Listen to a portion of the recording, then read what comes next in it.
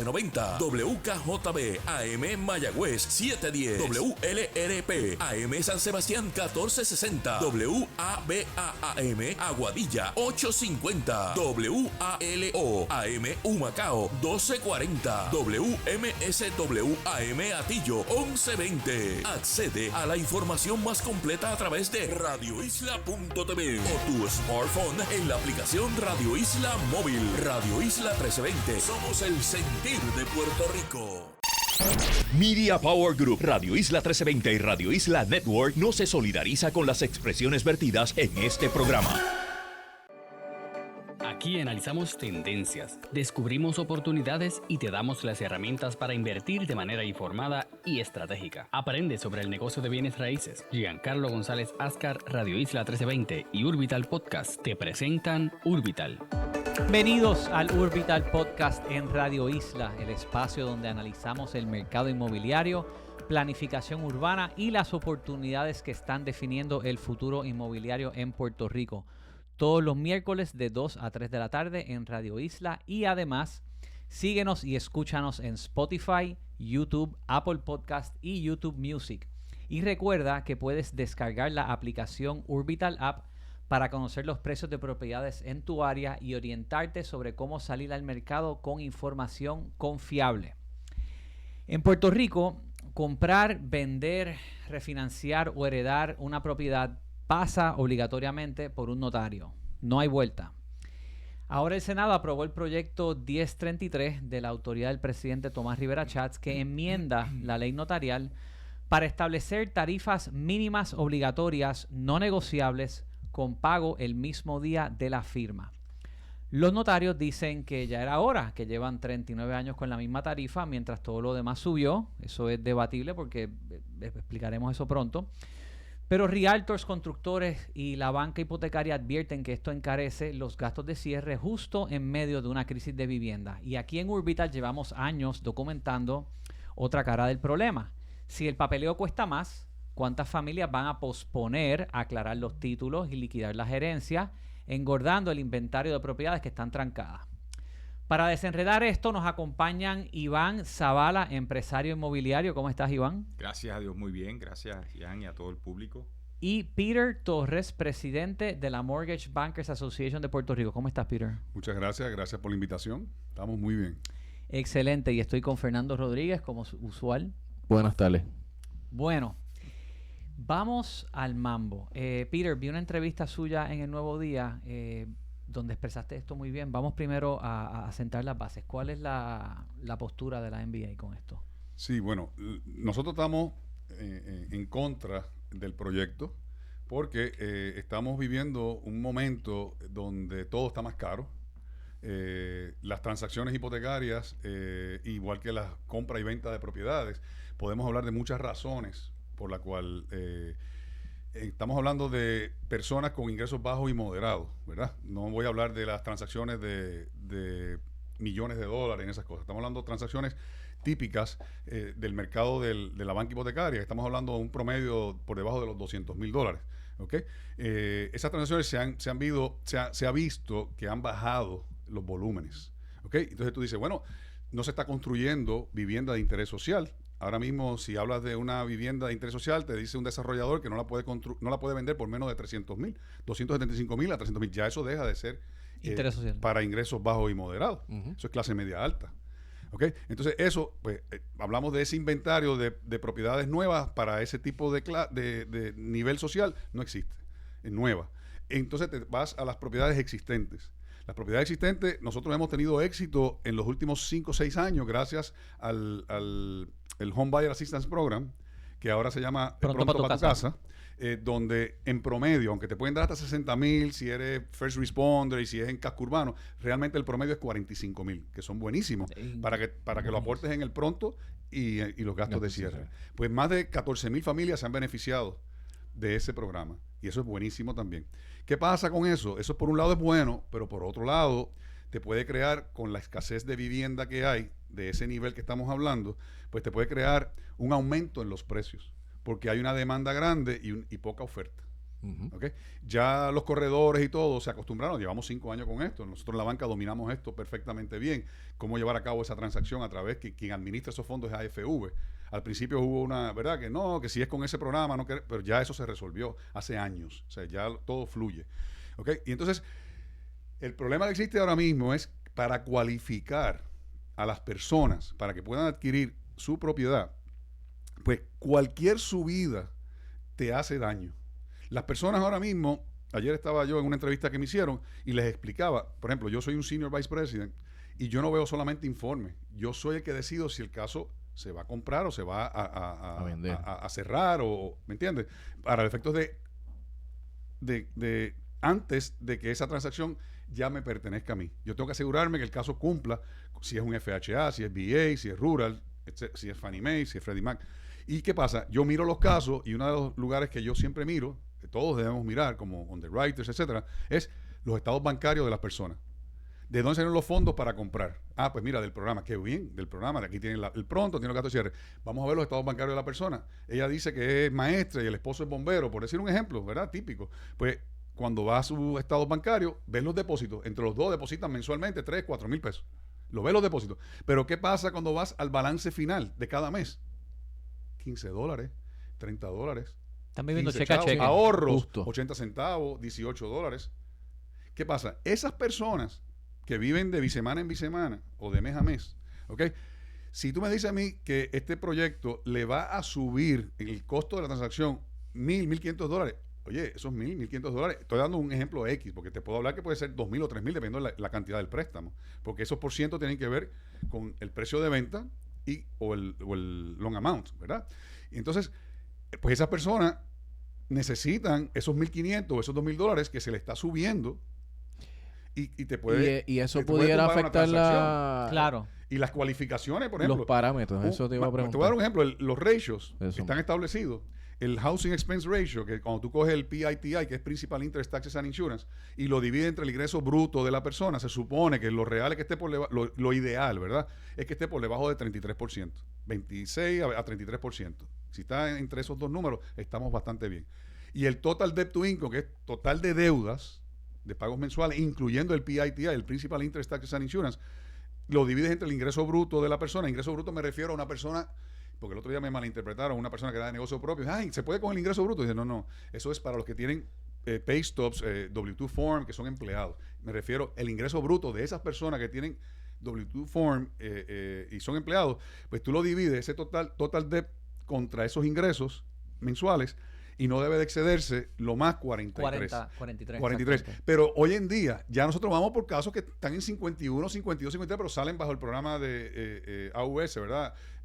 Automatic Underwriting System, que sale Approve Eligible. Si te sale Approve Eligible, pues tú tienes que buscar los factores compensatorios para justificar. Pero ya vas por 50 y pico para poder cualificar. Y entonces el banco te lo puede aprobar. Pero entonces es gracias a este programa donde tú tienes un loan to value, quizá de 60%, 70%, pero fue por ese dinero. ¿Qué va a pasar cuando ese dinero ya no esté? Que próximamente se va a acabar. Para dar un ejemplo, ¿verdad? Hipotético, Sí. una casa de $250,000 Ajá. hoy, los gastos notariales eran el 0.5% Ujú. de 250, que Hasta sería un punto máximo. hasta un punto, pero podía ser de 0.5 hasta un punto. Hasta un punto. Ok, 0.5 es 1,250. Ajá. Este proyecto establece el mínimo en 0.75. Correcto. O sea que sería 1,875. Estás hablando de que una escritura automáticamente te cuesta 625. En esta es una diferencia de $625. Claro. Adición- Pero esa es la adicional. escritura de hipoteca. Entonces tú tienes la escritura de compraventa. Más si había una hipoteca por el medio, está la de cancelación también. Correcto. Y todo eso pues, tienes que ir sumándolo. Iván, Bueno, primero que nada un disclaimer. O sea, tengo familiares notarios, tengo corredores notarios, tengo trabajo con ellos, así que no venimos aquí necesariamente porque todos los gremios queremos obviamente tener un mejor pecunio. Sin embargo, leyes como esta nos ponen a nosotros a pensar si realmente nosotros pensamos en el colectivo antes que en lo individual. Y yo lo que vengo aquí es a traer unos hechos, con mucho respeto, de por qué hay 6 puntos claves por cual la premisa es incorrecta en el proyecto del Senado 1033. Te voy a mencionar los 6 puntos rápidos y después podemos ir uno a uno, que ya varios se están mencionando. Primero, hay que entender que ya hay un aumento sobre el aumento. O sea, para que tengas una idea, y ahorita entramos hace 9 años la vivienda en Puerto Rico, el precio promedio era de $136,000. El precio promedio en el 2005 de una vivienda en Puerto Rico es de $272,000. En el 2026, ahora. En el 2025. En el 2026 está un poquito más. Sí. Quiere decir que ya automáticamente la diferencia entre una tarifa fija o cuando tú cobras honorarios en bases porcentuales del precio de venta, Ahí está tu aumento. ya automáticamente tú has tenido un 8% anual de aumento que va por encima inclusive de la inflación de Puerto Rico. O sea que ese es el primer punto. Segundo, y esto es algo que no se ha tocado, nunca lo he escuchado, pero es sumamente importante, el notario, a quien yo respeto muchísimo, hace una función pública. Él se convierte en un doble criterio. Yo quiero que ustedes sepan que un notario es un funcionario público y por una función pública tú no puedes tener un enriquecimiento del patrimonio de la persona. O sea, ya tú lo estás teniendo de una manera gradual. Aumentar un costo sobre un costo en una función pública va en detrimento del patrimonio de las partes, que en este caso es el vendedor y el comprador. Otra cosa que mencionó Peter que es muy importante, y esto es bien importante, el notario realmente no genera una transacción. En Puerto Rico, para que ustedes tengan idea, en el 2025 se generaron 28,300 y pico de transacciones, pero básicamente el 50% de esas transacciones llevan una escritura de cancelación de hipoteca, porque podemos asumir que el 50%, por decir un número, me puedo equivocar, puede ser un 30, puede ser un 70, pero el 50% de esas propiedades tenían una hipoteca y tienes una segunda escritura. O sea que si el precio de venta es de $272,000 y tú asumes que el 50% lo debía, 130, tienes una escritura que es por el monto original, pero tienes una tercera escritura que puede alcanzar el 50% de las transacciones, que es la escritura de la nueva hipoteca. O sea que estamos hablando que un mismo notario podría generar 3 transacciones en una sola escritura, ¿verdad? En una sola transacción, 3 escrituras, que cuando tú vienes a ver, básicamente ya no estamos hablando de 28,000 transacciones, estamos hablando de 57,000 transacciones. Que si tú divides eso entre el gremio de notarios, que se dice que son 1,200 notarios activos, estaríamos hablando a 47 transacciones por notario, que no es que se vayan a dividir de una manera gradual de esa manera, pero si tú lo divides de esa manera, estamos hablando de $109,000 de ingresos en notarios a base de esos números. O sea que estamos hablando de muchísimo dinero. Cuarto, esto es un punto bien importante que no se ha debatido, los notarios en Puerto Rico son los más caros del mundo. Cuando tú ahora mismo, yo tengo una tabla que la traje por Asia, busqué India, busqué Estonia, para que ustedes tengan idea, nosotros cobramos el 1%, realmente yo le pongo que es el 2.1%, porque tienes 3 transacciones, ¿verdad? Pero el más caro que está es en España, que es el del 0.2 al 0.5% del valor.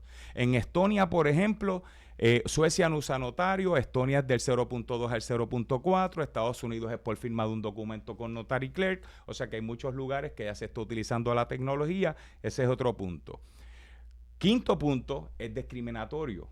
¿Y por qué yo pienso que es discriminatorio? Porque sí le queremos sacar más dinero al que tiene dinero, ¿verdad? Sin embargo, poner un 2.5, que estamos hablando de 5 veces el valor de una transacción sobre $5 millones, lo que hace es penalizar un sector socioeconómico que realmente está cargando una penalidad que no debería estar. Y por último, y esta es la parte quizás de mayor conciencia que tenemos que entender y que debe aplicarse no solamente a los notarios, a los corredores, a los tasadores, a los banqueros. No podemos seguir protegiendo por ley lo que la tecnología ya está modernizando. Señores, uno puede viajar el mundo ya con diferentes tecnologías donde se puede autenticar de una manera más correcta que inclusive verlo, y ya por eso en muchos lugares del mundo pues la tecnología a través de los smart contracts y de todo lo que podemos hablar ya está haciendo esa fe pública de reconocimiento de las partes. No estamos hablando de eliminar el notario, estamos hablando de cómo programarlo y sustituirlo en una función más adecuada a la luz de la tecnología, porque el Código Civil de nosotros, que aquí es que nosotros somos Estado Libre Asociado, Pero yo quiero que sepan que los notarios existen en Puerto Rico, pero no es lo mismo en los Estados Unidos. Nosotros venimos con un código civil que lo seguimos a español, que lo seguimos protegiendo, pero cuando tú vienes a ver, estamos protegiendo también algo que ya la misma tecnología lo está transformando. Esos son los puntos. Ya mismo cuando tú quieras podemos entrar uno a uno. Peter. Nosotros como industria nos preocupa, ¿verdad?, los impactos al consumidor. Por ejemplo, hay un mayor costo en las transacciones legales. Hay una menor capacidad de negociar, porque antes tú podías negociar de un punto a medio punto, ¿verdad? Ahora es, en el caso de $10,000 y $1 hasta $500,000, es 0.75 a un punto. Fijo. Sí, pero no, tú puedes negociar hasta 0.75. No lo puedes llevar a 0.5.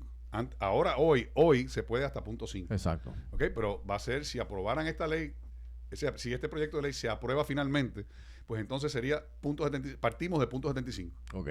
Hasta un máximo de un punto. ¿Ok? Eso es hasta 500,000. De 500,000, $1 hasta 750,000, pues entonces sube a 0.80. De 750,000 a 1,000,000 sube a 0.85.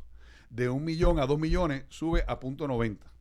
De 2 millones a 3 millones sube a 0.95. Y de 3 millones en adelante, pues te sube ya al punto. Entonces, ¿qué pasa? Cuando pisas 5 millones, hasta ahí tienes el punto, pero de 5 millones en adelante, todo lo que sea por arriba de 5 millones va a ser a base de 2.5. Cuando tú escuchas por ahí en la radio o en la prensa que alguien te habla, estos están subiendo un 600%, se referían a las transacciones de 0 a $10,000, que hoy en día son $150 y va a subir oficial a 600. Mínimo. Ahí hay un 600% de aumento. Pero cuando te vas a las transacciones donde... te voy a dar un ejemplo. Tú estás desacelerando la motivación de un inversionista que quisiera desarrollar. Ahora mismo se dice unas estadísticas que en Puerto Rico hay una escasez de vivienda de 33,000 para las personas de ingresos bajos y moderados, affordable housing, ¿verdad? 33,000 unidades de vivienda que necesitamos para poder estar en línea con balanceado. Pero el desarrollador que va a construir esas casas, ese desarrollo, ¿cuánto va a valer? Pues va a valer más de $5 millones. Por lo tanto, ¿cuánto le van a cobrar? 2.5 por arriba de los 5 millones. Y si el proyecto son 40 millones para construir esas casas, pues tiene un costo bien oneroso en cuanto a quién va a ser el abogado. Y total, no voy a hablar de proyecto, pero vamos a hablar de casa. Si yo cojo una casa de $100,000, yo como abogado, yo no soy abogado, pero un ejemplo, yo como notario, que no lo soy tampoco, pero vamos a suponer, tengo una casa de $100,000. Yo tengo que asegurarme, para poder llevar a cabo ese cierre, que esa casa cumple con todo lo de la ley. Si hay herencia, si hay testamento, si hay lo que sea, caudal de relicto, relevo de hacienda. Yo tengo que asegurarme que está todo eso en orden. Para que todo eso esté en orden, tú puedes cobrarlo como abogado a esa familia que quiere vender esa casa, pues lo que corresponda. Pero entonces, cuando ya él dice, ok, esto se puede cerrar, y la póliza de títulos dice, ok, está en orden, se puede cerrar, pues lo mismo sucedería con un caso de $1 millón. En términos de la responsabilidad del notario, ¿cuál es la diferencia en un caso de 100,000 y uno de $1 millón? Pues la diferencia va a estar en el costo. Pero es lo mismo. El trabajo es trabajo es el mismo. Lo único que si va a cobrar un punto de $1 millón, pues ¿cuánto sería eso? $10,000. Y en el caso de uno de 100,000 va a ser $1,000. O sea, pero hizo el mismo trabajo. O sea, te doy un ejemplo. Ahora, en el caso que te dije, el mayor costo de la transacción en términos legales, menor capacidad de negociar, ¿verdad? El precio y mayor impacto a quienes compran o venden propiedades. Si tú eres vendedor, pues tú puedes contratar al notario. Y entonces tú le puedes decir al notario, tengo una transacción, me gustaría que tú fueras notario, ¿cuánto me va a cobrar? Yo te voy a dar un punto. Ah, no, un punto es mucho. Pero, o sea, lo puedes negociar hasta que llega a un happy, pero ahora no va a ser negociable, va a ser, dependiendo, como dije ahorita, las tarifas, ¿no? La escala. Pues vamos a suponer que estemos hablando de un caso sobre $1 millón, pues te va a cobrar un punto. Pero antes tú podías llevarlo hasta medio punto. Ahora no lo vas a poder negociar. ¿Ves? Entonces, en ese sentido, te voy a dar un ejemplo, y aquí tengo conmigo el informe sobre el efecto fiscal del proyecto del Senado. Esto es de OPAL, que es la Oficina de Presupuesto de la Asamblea Legislativa. Ellos mismos reconocen que no tiene impacto fiscal. Para el gobierno no tiene impacto. Estaba hablando yo con Iván Claro, Zavala. no, es para el consumidor. Sí, pero si hay menos transacciones, hay menos sellos y comprobantes. O sea, que tiene que tener un impacto. Si hay menos transacciones, hay menos sellos y comprobantes en cuanto a ganar para el gobierno. Entonces, por otro lado, el mismo informe te reconoce que sí tiene un impacto en el costo para el consumidor. Y el consumidor es la persona clave aquí. Claro. Tú no puedes desmotivar a la persona para que lleve a cabo una transacción. Por eso nosotros, en este caso, vamos a hablar de la industria hipotecaria, que es a quien yo represento, pues te puedo decir que el 90% de las transacciones ahora mismo están dependiendo del programa de Home Buyer Assistance, que le llaman Pronto para tu casa. ¿Qué quiere decir eso? Que estamos bregando con clientes que son de ingresos bajos y moderados. Que esa gente tiene su dinero limitado. ¿Ok? Entonces, ¿qué va a pasar cuando ese programa se termine? Pues yo no me quiero adelantar a eso. Siempre van a haber transacciones, ¿verdad? Porque siempre uno va a necesitar una vivienda.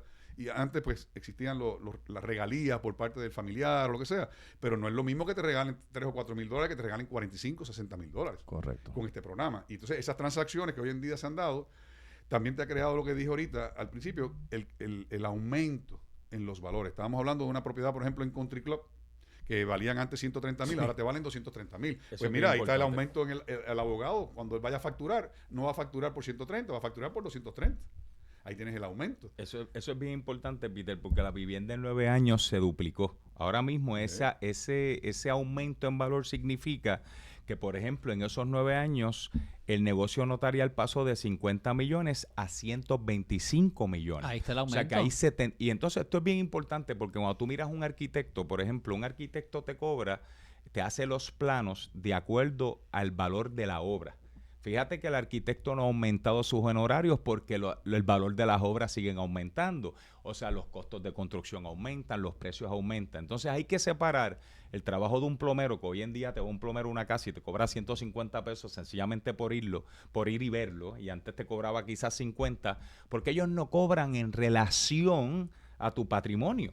O sea, ya el notario basa eso en un aumento que si tú me dijeras a mí que las casas han bajado, que en lugar de que hubiéramos tenido 126 millones de dólares, o sea, estamos hablando de 76 millones de dólares más, los tuviéramos menos, pues entonces sí hay una causa de acción para proteger a una organización que está cobrando menos. Pero no solamente ellos cobran menos, ese sello notarial, que aunque es poco, ese sello notarial también va para la asociación de abogados, también va para su gremio. Por lo tanto, están fortalecidos en cierta manera con el mismo aumento de valor que nosotros tenemos, y la transacción, el número de transacciones no ha mermado. Ahora mismo el año pasado tuvimos 28,000 transacciones. Que estuvo bastante cercano al 2024. Eso se ha es mantenido estabilizado. Pero esas incluyen las financiadas a Sí, través de hipoteca correcto. y las que se han comprado En efectivo. En la experiencia de ustedes, ¿cómo fluía si ustedes pagaban, Iván, tú que has hecho muchos cierres con tus notarios, de 0.5 a 1 punto? ¿Has pagado 0.5, has pagado 1 punto? ¿Cuál ha sido la diferencia? Pues mira, en el caso de nosotros, eso es algo que se le compete al notario, yo no entro en esa Exacto. transacción. La gente sabe. O sea, el consumidor de hoy en día sabe que si tú puedes trabajar un medio, te lo va a pedir. Claro. Y por lo general, los notarios sí dicen no hay ningún problema el medio. Hay notarios también que se dedican a darle servicios a la banca. Y obviamente al tener un volumen, pues te dicen, mira, voy a cobrar un medio, y hay abogados que cobrarán un 1. Eso es bien individual de cada negocio. Correcto. Sin embargo, por lo general son muy flexibles, ¿verdad? En poder negociar entre ese medio al 1. Obviamente ya la parte de la hipoteca y la parte de la cancelación, me imagino que habrá una negociación, pero ahí hay que ver, porque pueden haber varios abogados en una misma transacción, uno siendo el notario, por lo general el que cancela la hipoteca es el que coge el banco y también el que hace la nueva hipoteca. No es el mismo trabajo en una transacción cash que una financiada. Hay menos escritura. Bueno, no hay escritura de hipoteca. No hay escritura de hipoteca, correcto. Pero si la propiedad que se va a vender tiene una hipoteca, hay que cancelarla. Correcto. Ahí hay una escritura de cancelación. Y lo mismo, pues, la escritura de compraventa. Un punto que trajo Iván que me gustó es los ejemplos en otros países. Algunos cobran 0.2. Tengo la curiosidad ahora de ver qué se les exige. Un notario en Estonia, ¿verdad? Que es el país más digitalizado del mundo. Uno mira a Puerto Rico y quizás no miran el notario puede argumentar que ellos tienen un asistente, 2 asistentes haciendo un trabajo particular. Los notarios tienen actualmente que entrar en el registro de la propiedad y presentar allí la escritura. Tienen que luego llenar un formulario en la planilla inmueble en el sistema de Hacienda. Luego tienen que llevar esa información también al CRIM.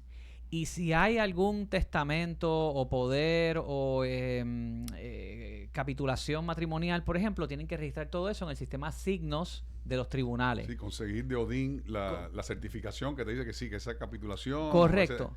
Ellos tienen que hacer la misma información, la tienen que entrar en 4 diferentes sistemas, 4 veces, ponle 1 hora por sistema, es un asistente que tiene que estar 4 horas haciendo un trabajo. Entonces, si el gobierno se enfocara en simplificar que esto de un tiro, uno alimenta todos los sistemas y se intercomunican y se conectan y no hay más nada aquí, tú reduces el tiempo de trabajo que ellos tienen, los haces más eficientes y entonces pues están ganando. Y sin aumentar van a ganar más. Mira, en Estados Unidos, en 49 estados, ni siquiera existe el notario como lo tenemos aquí. La transacción se registra en el condado con un seguro de título y ya. Entonces, mira lo que hizo Estonia, que es la prueba viva.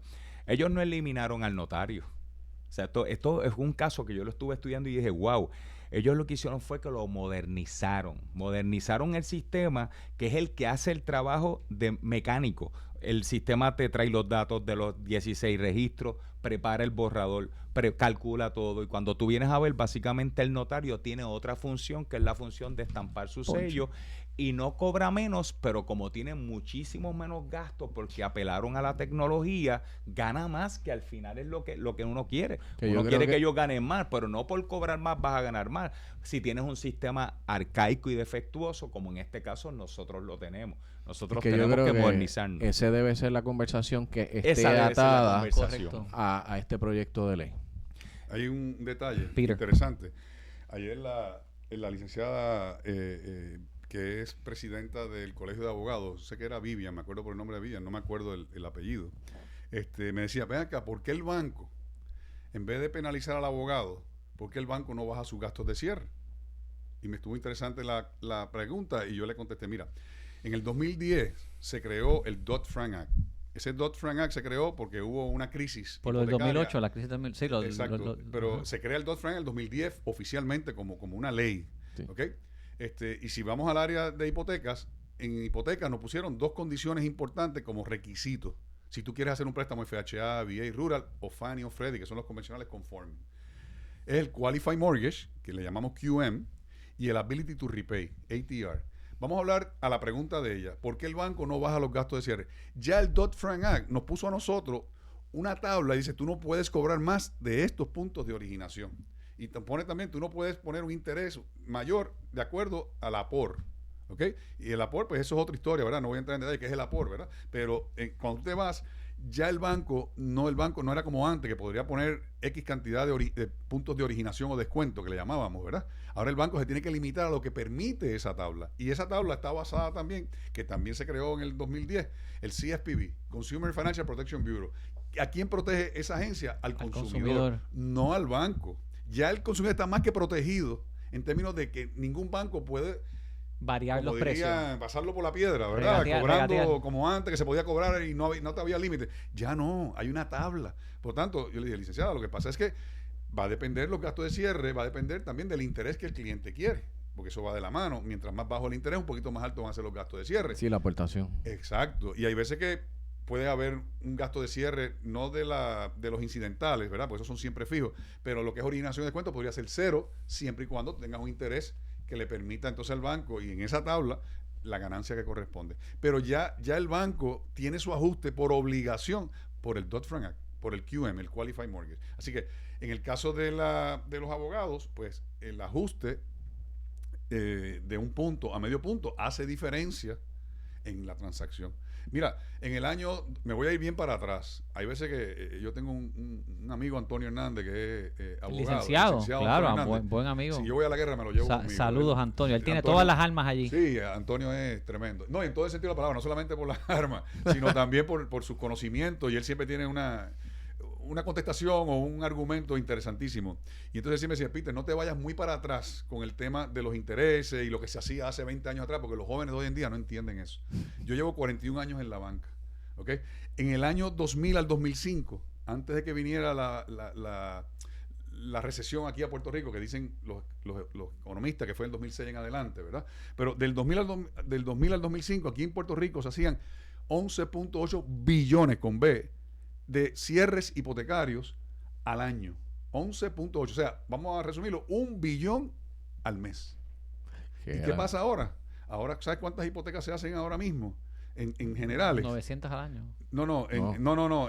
Me refiero, más o menos, son 150 millones de dólares mensuales. O sea, de un billón a 150 millones, estamos hablando de 85% menos. Oye, en aquella época habían 19 bancos.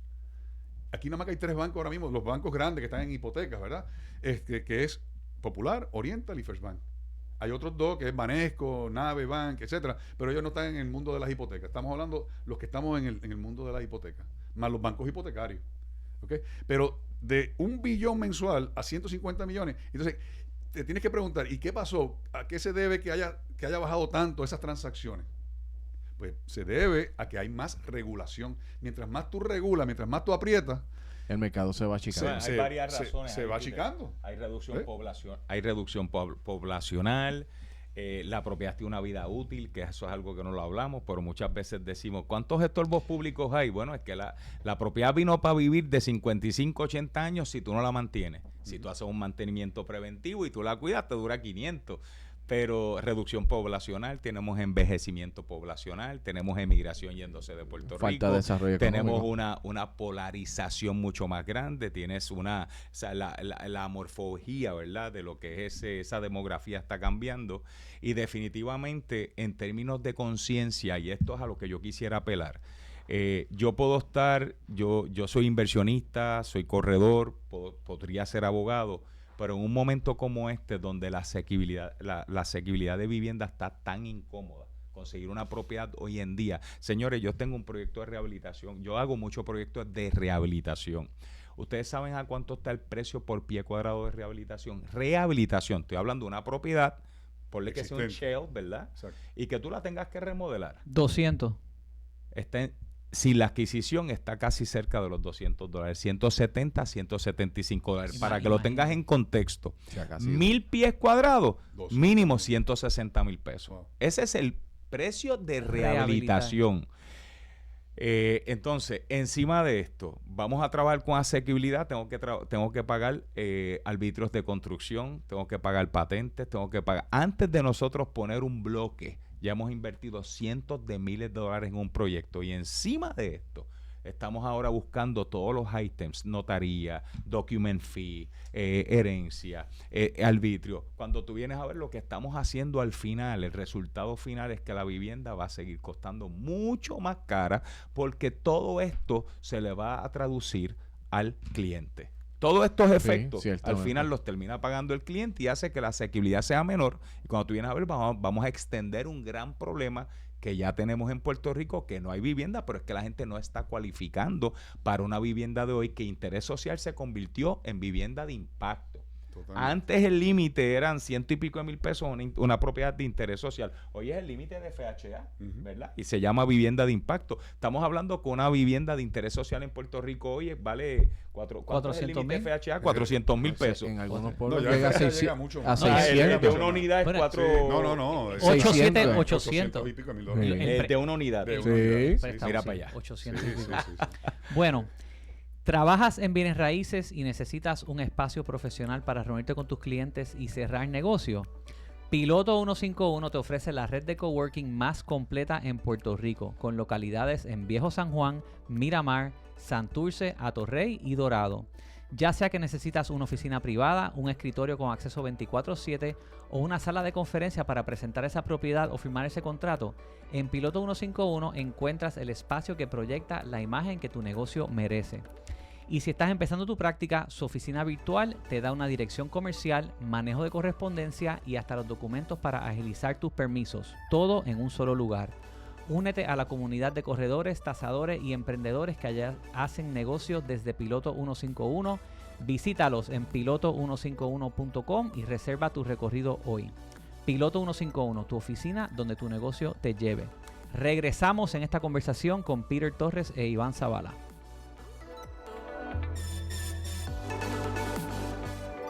No te retires, que Urbital regresa en breve. ¿Buscas noticias? ¿Buscas análisis?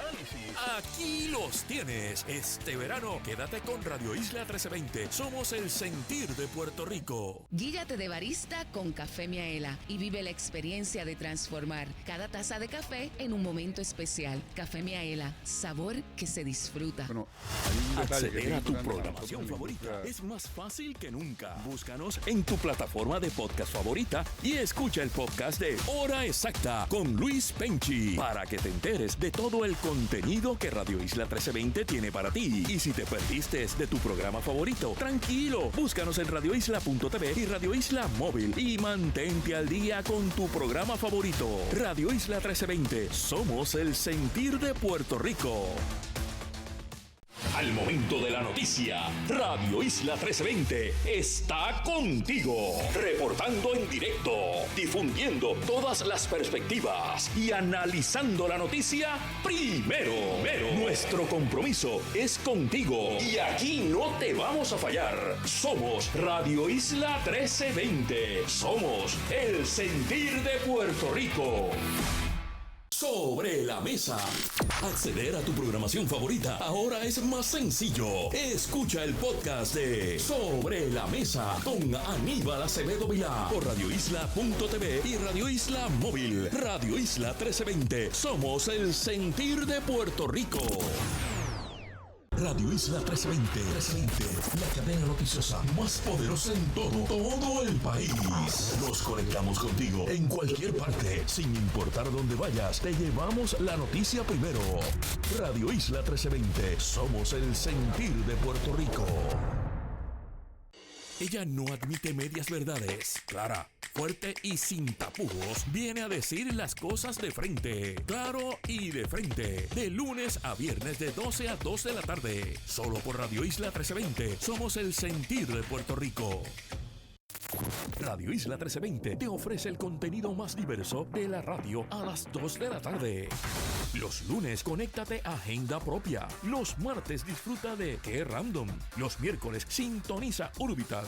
Los jueves, disfruta de Palante con Aela. Radio Isla 1320 te trae información, análisis y conversación. Radio Isla 1320, somos el sentir de Puerto Rico. Radio Isla 1320 está en todas partes y para mantenerte al día con todas las historias y el mejor contenido, descarga la aplicación en Roku TV. Busca tu programa favorito, las entrevistas que te perdiste o todo el contenido que necesitas. Radio Isla 1320 en Roku TV. Búscanos ya. Unos se mueven al ritmo de la música, nosotros al ritmo de la noticia. Nos movemos contigo en la playa, piscina o donde sea. Este verano, quédate con Radio Isla 1320. Somos el sentir de Puerto Rico. Sigue aprendiendo e invirtiendo. Esto es Urbital, con su moderador Giancarlo González. Regresamos, seguimos conversando sobre el tema del proyecto de ley para incrementar las tarifas notariales. Antes de eso, recuerda que estás escuchando el Urbital Podcast en Radio Isla. Descarga la aplicación Urbital App para conocer precios de propiedades en el mercado inmobiliario y salir al mercado con información confiable. Urbital App. Bueno, estoy con Peter Torres, presidente de la Mortgage Bankers Association. Peter, y vamos a comentar algo adicional sobre este tema. Sí, este proyecto 1033 también establece que el día de la cierre de la transacción, a ese abogado se le va a desembolsar completo, sello, comprobante y sus honorarios. ¿Ok? ¿Qué pasa? Una transacción no termina ese día del cierre. No. La transacción termina cuando ese abogado lleva los documentos que correspondan. La escritura de compraventa es la primera, porque yo no puedo presentar la de hipoteca si no tengo la de compraventa. Uh-huh. Entonces también hay que hacer una cancelación para que esa de hipoteca caiga en el rango de primera hipoteca y no caiga en segunda, porque si la otra no se cancela, la que se hizo nueva cae en segundo rango. Por lo tanto, el abogado donde termina la transacción, digo, y no necesariamente, porque si después de eso pero para los efectos legales, culmina cuando él presenta los documentos en el registro de la propiedad. Yo quiero mandar un saludo a todos esos que se pueden tardar de 6 meses a 12 meses en presentar una escritura y no terminan el trabajo. Exactamente. No. Sí, correcto. Eso pasa mucho. Hay vendedores que traen su propio abogado al cierre. Se permite, ¿verdad? Eso se permite. Pero ese abogado no necesariamente es de la confianza de la institución que está llevando a cabo el desembolso y el cierre, ¿verdad? Pero entonces, esa escritura de compraventa la vamos a revisar que esté bien, como proyecto de escritura, ¿verdad? Que se llama, que esté en orden para llevar a cabo el cierre. Pero y que cumple con unos criterios para asegurarnos de que tan pronto se presente. Que debe de todo fluir bien. Exacto. Que el registrador la asimile, el registro de la propiedad. Pero ese abogado, en el momento que se cerró, se le desembolsó, según este proyecto de ley, se le desembolsó completo, sello, comprobante y escritura. Y no ha terminado el trabajo. Él no ha terminado, porque vamos a suponer que él se va de vacaciones mañana. Estoy dando un ejemplo hipotético, puede ser otra. Pues, ¿cuándo va a presentar esa escritura? Porque yo la mía, la de hipoteca, que ese va a ser mi abogado, el del banco, lo quiero hacer lo antes posible. Yo la voy a presentar mañana mismo, un ejemplo. Pero si la de compraventa no está presentada, yo no puedo presentar la mía. No se dio el negocio. Esto, hablando de los sistemas que mencionaste en Estonia, no hay que presentarla. Con un botón automáticamente debe de estar distribuida y accesible para que la descargue Hacienda, la descargue el CRIM. Cada entidad de gobierno recibe la información pertinente automáticamente desde el sistema, desde que se radica. O sea, no hay por qué estar haciendo estos trabajos individuales. Hay abogados también en transacciones que hacen muchos cierres, están bien diestros en esto, porque automáticamente en un mes hacen 30, 40 transacciones. Y esos tienen sus secretarias y tienen su equipo. Exacto. Para que todo les fluya y no haya problema.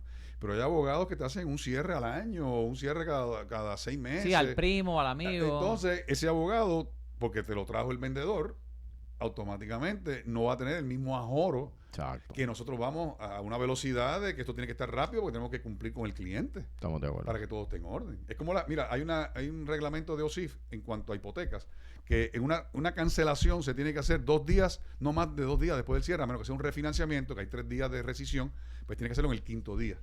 Porque los 3 días primero el cliente se puede echar para atrás en refinanciamiento de residencia principal. En compraventa no, en compraventa una vez que se cierra la transacción, dale la llave, pues ya saca del que compró. Y no se puede echar para atrás. Obviamente asumiendo que se desembolsaron los dineros y todo en el momento del cierre. Debería haber un reglamento para que esos abogados diga que tiene 2 días también para presentar en el registro de la propiedad. Sí, para asegurarnos de que se cumpla y que se haga el trabajo. Exactamente.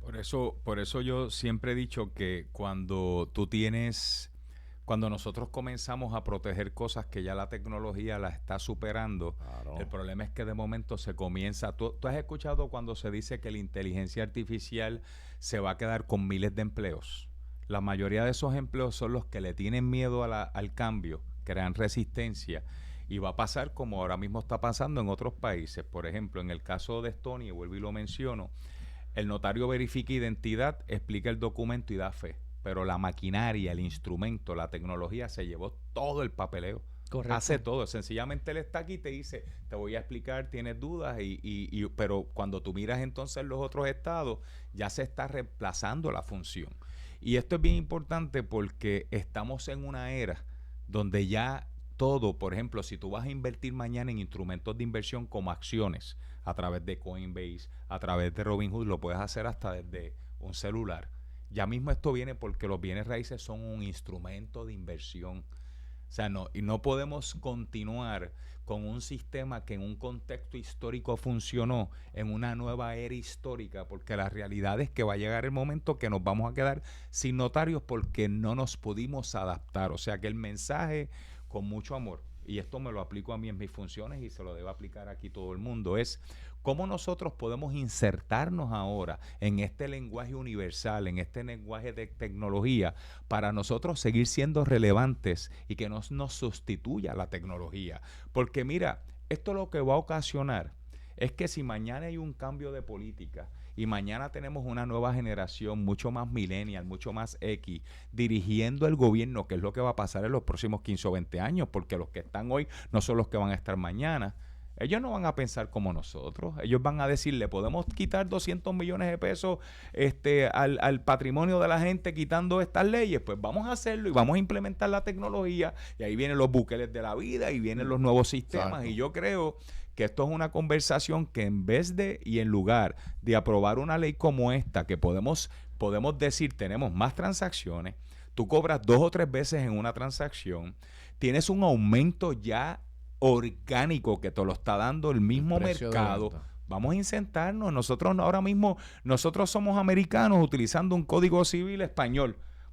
Y tenemos un CRIM que también cobra por el valor, pero que a la misma dicen que es el costo de contribución, pero cuando tú vienes a ver hay un tipo contributivo en el municipio que cada vez lo suben. Oye, vamos a organizarnos, como dice Giancarlo, vamos a traer la tecnología, vamos a aguantar una ley como esta, que la realidad es que tienes gente en contra que te está diciendo que nos hace daño, antes de que seamos suplementados por una nueva tecnología. El sistema de Estonia se llama X-Road, X-Road, la carretera X.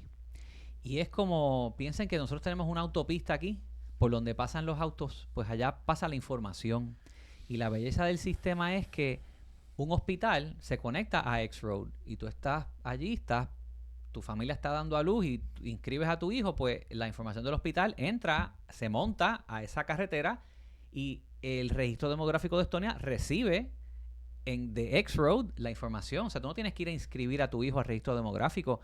Ocurre en la misma carretera. Igual el sistema notarial de ellos, que es lo que estoy comentando aquí. Un notario está en el banco, firmas todo, lo recibe el sistema y ya está alimentando en la carretera. Es cuestión de que se peguen las diferentes agencias a descargar la información que necesitan. Tienen que estar ni juntos. Ya la tecnología no te obliga a que tengamos que ir directamente al sitio los tres, porque si yo estaba en otro lugar no tengo que ir. O sea, ya hay tantas maneras de poder autenticar quién tú eres, que por eso es que viajamos, por eso es que tú puedes ir a diferentes países, y obviar eso para mí es un peligro en lo que es la modernización de nuestros sistemas en Puerto Rico, porque como tú muy bien mencionas, Jan, no se trata solamente de registro de la propiedad, se trata de cuando tú vas a sacar un permiso, todo. O sea, cuando tú vas a sacar un endoso, que si recursos naturales, autoridad, telecomunicaciones, a cada uno independientemente le tienes que pedir un endoso cuando estamos bregando con la misma propiedad. O sea, una misma propiedad, tengo que bregar con 8 agencias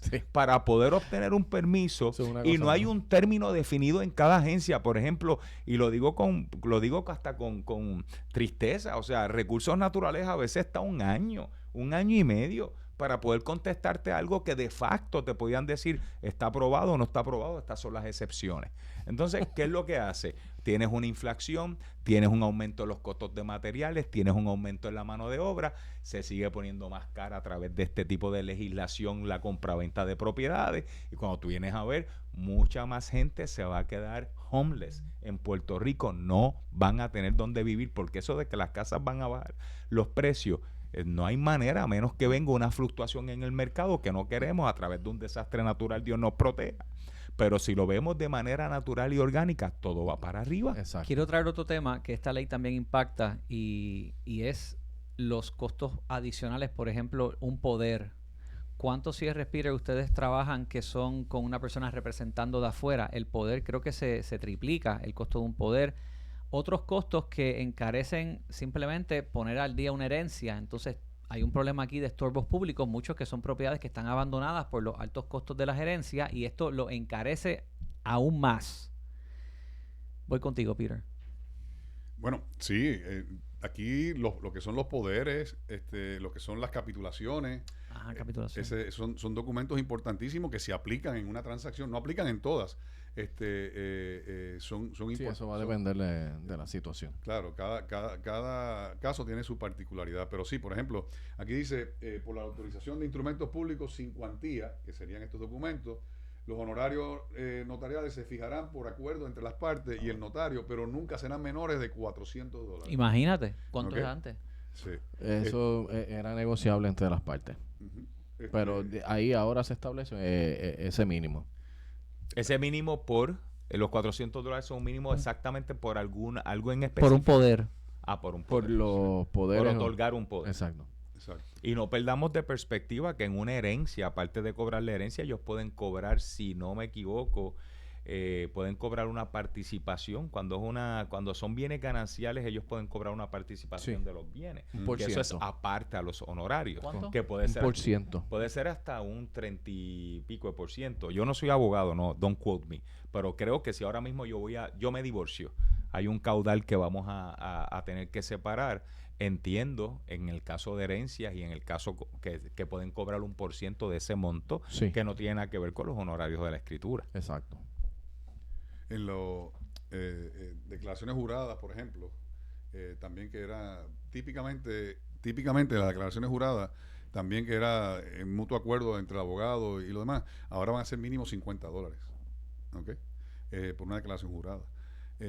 Una de las cosas que más a mí de todo esto, porque vamos a ser claros y realmente vamos a hablar de cómo empezó todo. Cuando este proyecto de autoridad de Tomás Rivera Schatz, presidente del Senado, lo presentaron, ¿verdad? Que nos lo enviaron a nosotros para nosotros dar un memorial explicativo de nuestra posición y lo demás. Nosotros nos opusimos totalmente al proyecto cuando vimos. Pensamos que estaba a destiempo, que no era el momento para hacerlo. Esa fue nuestra posición. Lo mismo la Asociación de Bancos también asumió la misma posición de que no era el momento para hacerlo y que se oponía, ¿ok? Pues nos dieron la oportunidad de reunirnos. Nosotros nos reunimos con el senador Ángel Toledo, de la Comisión de los Jurídicos, ¿verdad? Ellos nos escucharon y les expresamos y ellos hicieron unas enmiendas al proyecto, que esas enmiendas que están en este documento, ¿verdad? Que este fue el texto aprobado en votación final por el Senado el 23 de junio del 2026. Y dentro de esas enmiendas fue que pusieron las escalas, porque antes era un punto fijo. Para todo. Para todo. Nada de escala, ni nada de punto 75 a un punto, ni punto 80, no, era un punto y se acabó. Y no había nada que negociar. ¿Ves? Pero eso definitivamente ayudó en algo, ¿verdad? Minimizó el impacto que iba a tener en las transacciones, porque la mayoría de las transacciones, por ejemplo, yo hablando de mi industria, son entre 75,000, por decir un número bajito, hasta 500,000. Porque aquí te habla que hasta 500,000 es punto 75 a un punto. O sea que ese punto 75 nos dio por lo menos un espacio, space, ¿verdad? Exacto. Porque tienes punto 75, antes era punto 5. ¿Ok? Entonces, también otra cosa interesante que en esta yo estoy totalmente en contra, no yo, sino nuestra industria totalmente en contra, como Iván estaba expresando también la parte que él representa, es lo del 2.5 para transacciones de mayores de $5 millones. De $5 millones en adelante vas a cobrar 2.5. Entonces, ese 2.5, imagínate lo que te mencioné, un desarrollador que quiere construir casas para interés social, pues va a tener que tomar en consideración que 2.5. Espérate, lo que ellos suben de .5 a .7 en transacciones de 5 millones hasta 5 millones vas a cobrar 2.5%. El excedente de 5 millones, 2.5. O sea que si tienes 10 millones, 7.5 millones es a 2.5. De 3 millones y un centavo hasta 5 millones va a ser fijo un punto. ¿Ok? De 3 millones a 5 millones. Entonces, por arriba de 5 millones, vamos a suponer que fuera 10 millones. Pues 5 millones más 5 millones son 10 millones. Esos otros 5 millones, para llegar a los 10 millones, por dar un ejemplo, 2.5. Son 2.5. Eso es un impuesto, pero grandísimo. Enorme. Enorme. O sea, en esa estamos totalmente en desacuerdo. Y decía, mira, esto va a ser bien fuerte. Por eso estamos tratando de que los interesados en esa partida en específico... $125,000. Exactamente. En una transacción. Y ese, usando el promedio de 10 millones, ¿verdad? Porque si es más, un proyecto, usualmente un condominio construirlo, un walk-up, una urbanización de interés social de 400, 500 casas, ¿cuánto vale construir eso? Un montón. Es que mucho más de 5 millones de dólares. Me imagino que ellos ese 2.5 está demasiado alto. Mira, conociendo al material que hay en la legislatura. Está demasiado alto, es que está ridículo. ridículo. Eso se debe de quedar fijo, si acaso bajar. La NAR... y ya automáticamente estás ganando más porque el precio es mayor. En la industria de real estate, que Fernando, tú eres realtor, la NAR... Hubo un caso que se lleva que de repente establece que todas las comisiones son negociables. Correcto. Hoy día los corredores... En beneficio del consumidor. En beneficio del consumidor, las comisiones bajan de 6 a 5, a veces a 4, si no hay cobro. Son completamente negociables entre las partes. Completamente negociables. Uno tiene toda la flexibilidad del mundo para negociar en estas comisiones. Pero ese es el detalle, que aquí no va a ser en negociable. las comisiones de realtors. No, pero no solamente eso. El corredor puede ser que nunca concluya la transacción y no cobra. O sea, que hay un riesgo. También. O sea, y no cobras 3 veces de una transacción. Pero hablando de esas comisiones, cuando los precios son más altos, muchas veces le bajan un punto porque saben que hay una ganancia mayor. Y en este caso, este proyecto está incrementando 2.5% por encima de los 5 millones. Eso no había visto esa parte y eso está... Esto aquí es algo bien importante. Porque de verdad que el que quiera opinar sobre este proyecto debe de leerlo. Porque si te pones a opinar sin leerlo y toma nota y subraya y lo demás. Yo lo estuve leyendo, lo he leído muchísimas, más de 40 veces, créeme, porque lo he leído para estar seguro de lo que estoy diciendo. En la página 6 de este documento... Has tenido pesadillas, Peter. Bueno, porque acuérdate de algo. Más vale poco de algo que mucho de nada. Y la preocupación más grande que nosotros tenemos en nuestra Que se institución siga es deteniendo. que los volúmenes de Sigan transacciones bajen. Y entonces ahí nadie va a cobrar. Ni el gobierno en sello y comprobante, ni el abogado va a cobrar y el banco tampoco. O sea, esa es la preocupación más grande que nosotros tenemos con este proyecto. O sea, nosotros necesitamos cómo sumar, no O restar. sea, lo que pasa es que vino a destiempo porque ya estamos compitiendo con tantos factores externos geopolíticos que está creando incertidumbre y encima de eso le estás añadiendo una carga que realmente el mercado no necesitaba. Algo que nos interesó mucho, por ejemplo, en la banca hipotecaria, volviendo, si tú cierras ahora mismo una transacción al 6,5 de interés, y tú puedes pensar que está un poquito alto ese interés. Yo lo entiendo que está bastante razonable. Tú puedes hoy en día conseguir 5,5, 5,75, 6%. Pero vamos a suponer que cerraste al 6,5, porque querías pagar lo mínimo en gastos de cierre. Cerraste. Si es un caso FHA, esto no aplica en todos los casos, pero un caso FHA, por ejemplo, que son las más transacciones que nosotros damos, el préstamo FHA, los primeros 6 meses vas a estar pagando ese 6.5. Si el interés en esos 6 meses bajara, un ejemplo, a 5%, el MLO, que es el Mortgage Loan Originator, te puede llamar y decirte, mira, Giancarlo, yo tengo ahora el 5% y me gustaría que vinieras vamos a refinanciar. Y dice, mira, muchacho, yo no voy a volver a pasar por todo ese proceso. No, es que esto se llama Streamline. No tienes que pasar por ese proceso. ¿Por qué? Porque aquí lo único que tiene que venir a firmar. El resto lo hacemos nosotros. Inclusive, no, pero yo no voy a pagar más gastos de cierre. No te preocupes, que lo vamos a pagar nosotros. El banco lo va a pagar. ¿Ok? Y consigues bajaste de un 6,5 a un 5%. ¿Qué pasa? Nosotros nos preocupaba cuando estaba el primer proyecto de esta ley, como estaba planteado, que tenía que volver en la cancelación a pagar un punto, que tenía que volver a una escritura de hipoteca, que hay que volver a hacerla, pagar otro punto.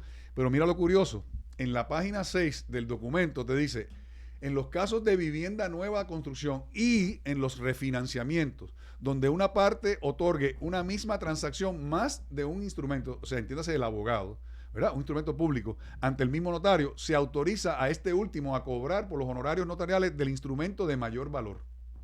Lo establecido en los incisos B y C, que es donde establecen las escalas. Por los demás instrumentos de esa misma transacción cobrará la mitad de lo dispuesto en los incisos anteriores. Vamos a suponer que fuera proyecto nuevo, porque me salté de un refinanciamiento a un proyecto nuevo. En el caso del proyecto nuevo, pues vas a cobrar del instrumento el más alto. ¿Ok? Y el otro instrumento va a cobrar la mitad de lo que dice la escala. La mitad. ¿Ok? Entonces, pero mira lo que dice ahora. Disponiéndose que la suma de lo cobrado nunca será mayor del 1% del instrumento público de mayor valor. Sí, como que era... O sea que está bueno porque en ese sentido, ahí se la voy a dar, porque total es un 1% del instrumento de mayor valor. Estoy hablando de un proyecto nuevo, que por ejemplo, en un proyecto nuevo, el que va a comprar no tiene que bregar con cancelación, ¿verdad? El que va a comprar, si es el mismo, by the way, tiene que ser el mismo notario, que te va a hacer la hipoteca y te va a hacer la compraventa y te va a hacer la cancelación en caso de que fuera una cancelación que aplicara. En los refinanciamientos aplicaría una cancelación si la propiedad tiene hipoteca. Por tanto, en ese refinanciamiento vas a tener la escritura de hipoteca nueva y la cancelación. Ahí hay 2 instrumentos. Por tanto, aquí dice que va a cobrar un punto hasta un máximo de un punto. Que como son 2 instrumentos, en el caso de los proyectos nuevos, pues si hay dos más de un instrumento, ¿verdad? En este caso 2 o más, pues vas a cobrar un punto del instrumento mayor y en el otro caso, el otro instrumento, la mitad.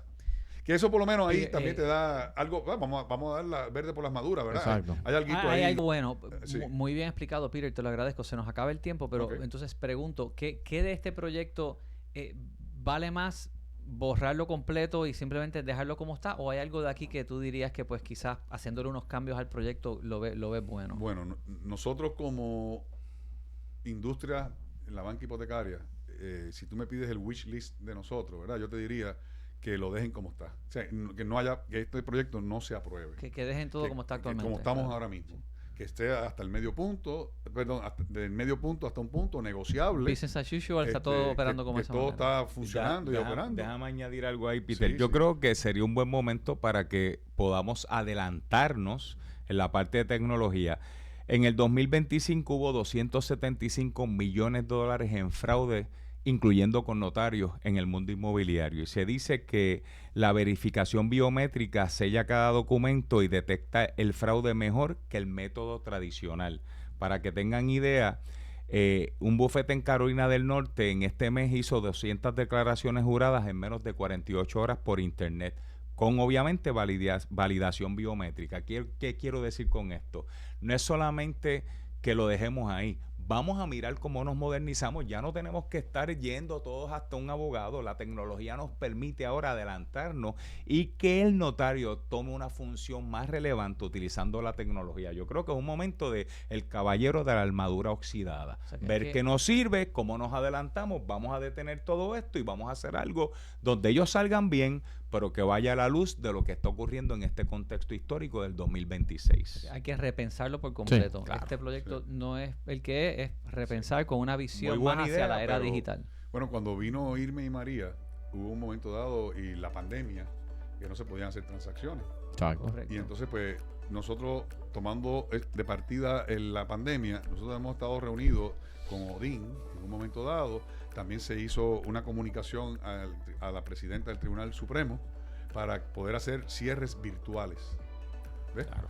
Y entonces, pues obviamente que vendría siendo la línea de la tecnología y lo demás, pero bueno, eso ya es un proceso. Para otro tema, Peter, gracias por la aportación. Iván, siempre muchas un placer tenerte aquí. Fernando, hasta la próxima.